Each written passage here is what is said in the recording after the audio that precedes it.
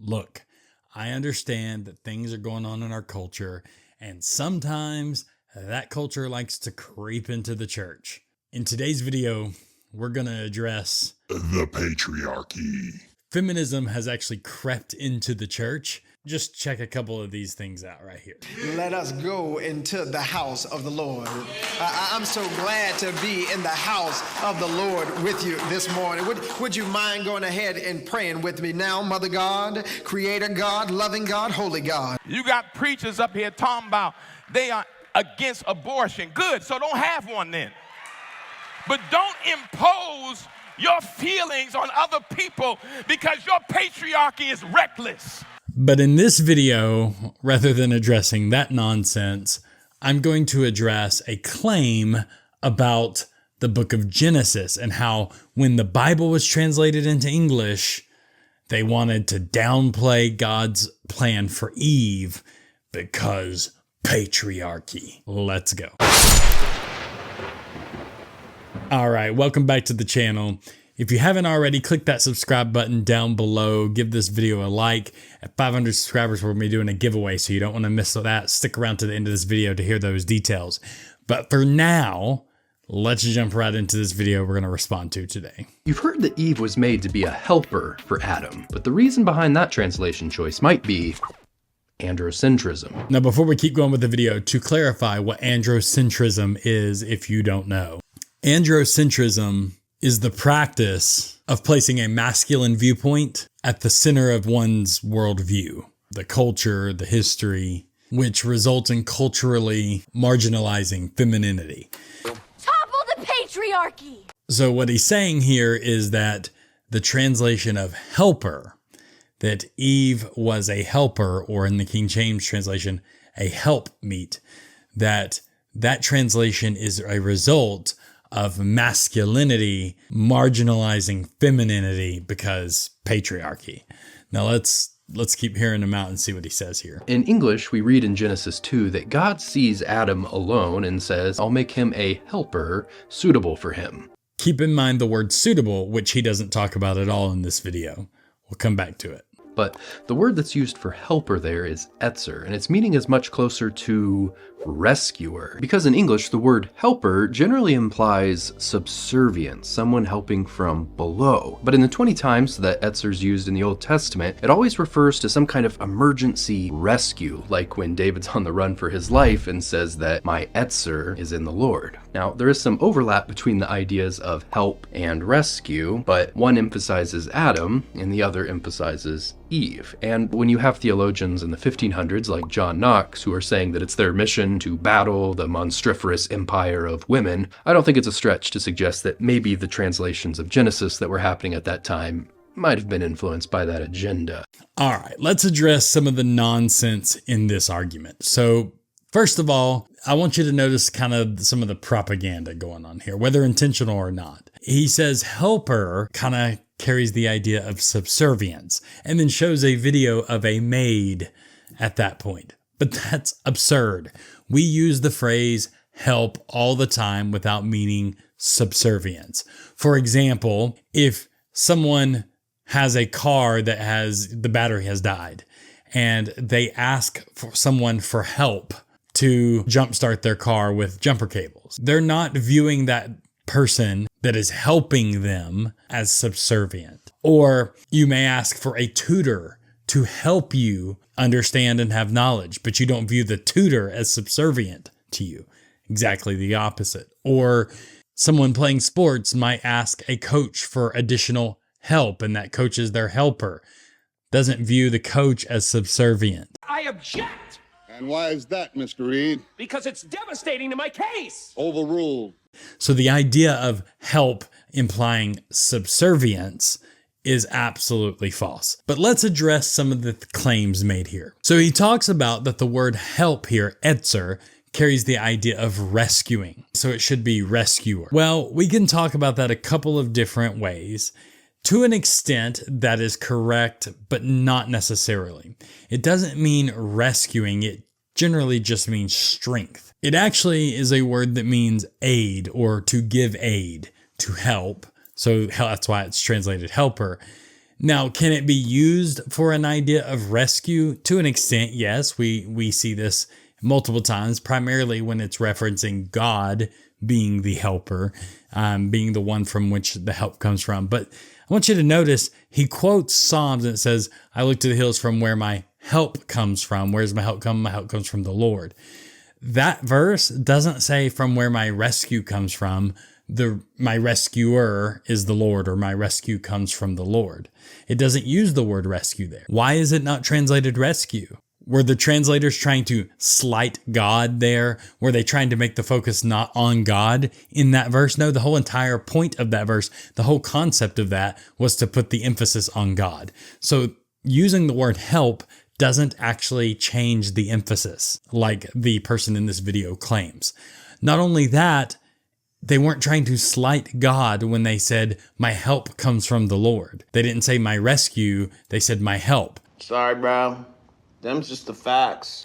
They didn't use the word rescue to translate this word in any verse. So that would contradict the idea that they were purposely not using the word rescuer here to talk about women because, patriarchy.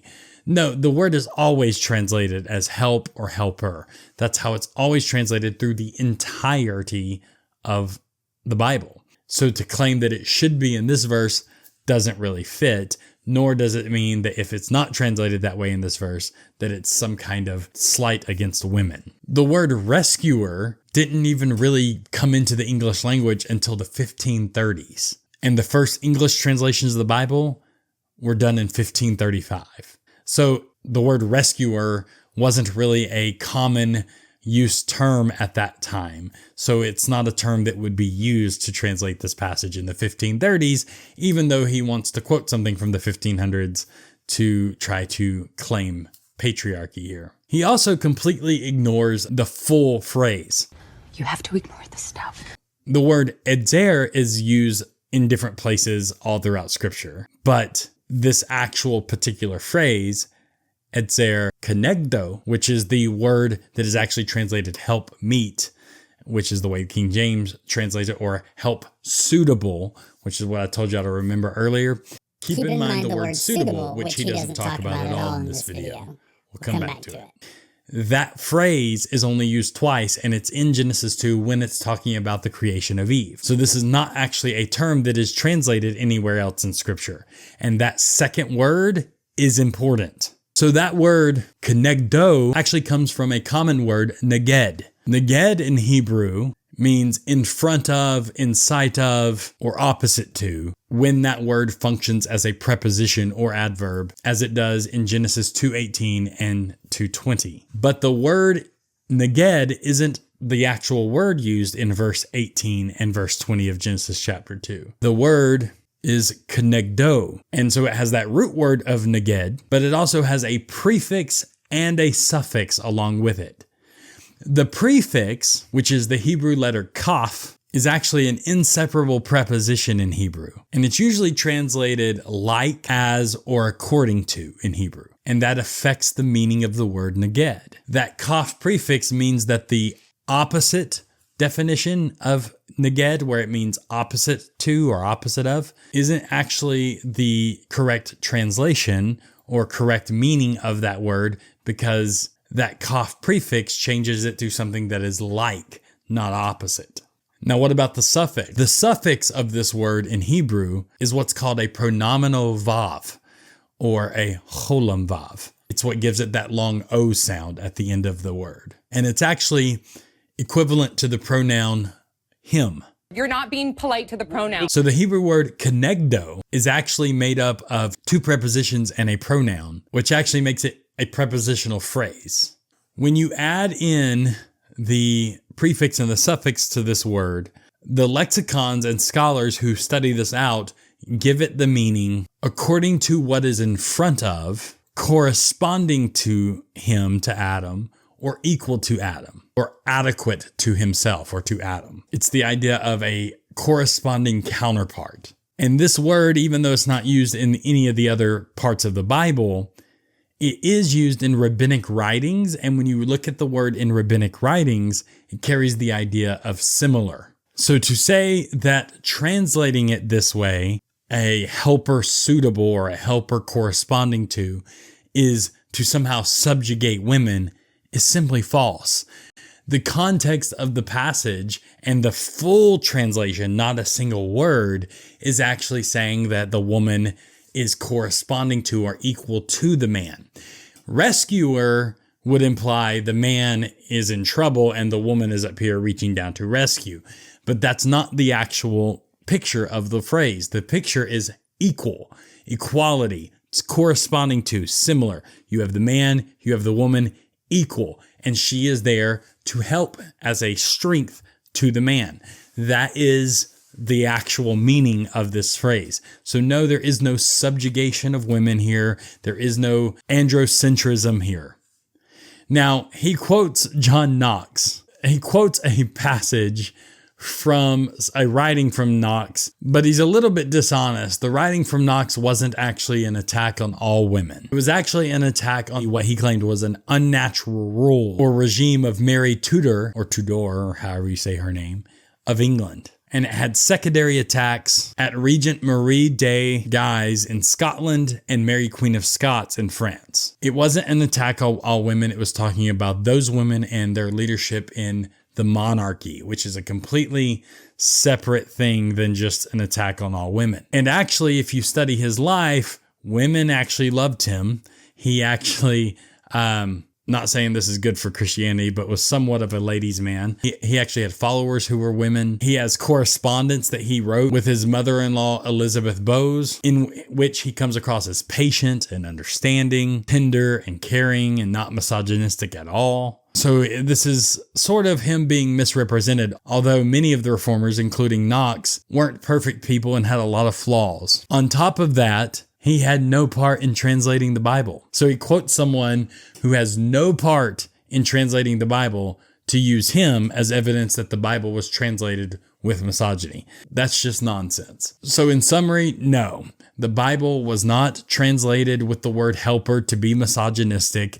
The patriarchy wasn't influencing the Bible. And while feminism has crept into the church and attacked the church, in reality, God is not against women. But the problem is Satan has perverted the idea of equality, men and women being equal, like what we see in the garden, and has twisted both men and women into false ideas of the roles of men and women in the church and in life.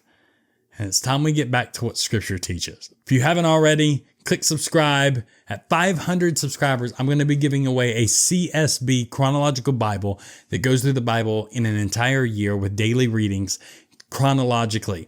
It puts it all in the correct order, so you see exactly what happened, when it happened. All the books are kind of mixed together, so you kind of see everything happening as it takes place. Really makes the Bible come alive. All you got to do to win that is be subscribed. Once we hit 500 subscribers, I'll give you the details on what you need to do, but we will be giving away that coming up soon. We're getting close, so you don't want to miss that. Make sure you are subscribed. There are some links down in the description to help donate to the channel if you'd like to donate, help the channel grow, and I look forward to seeing you next time.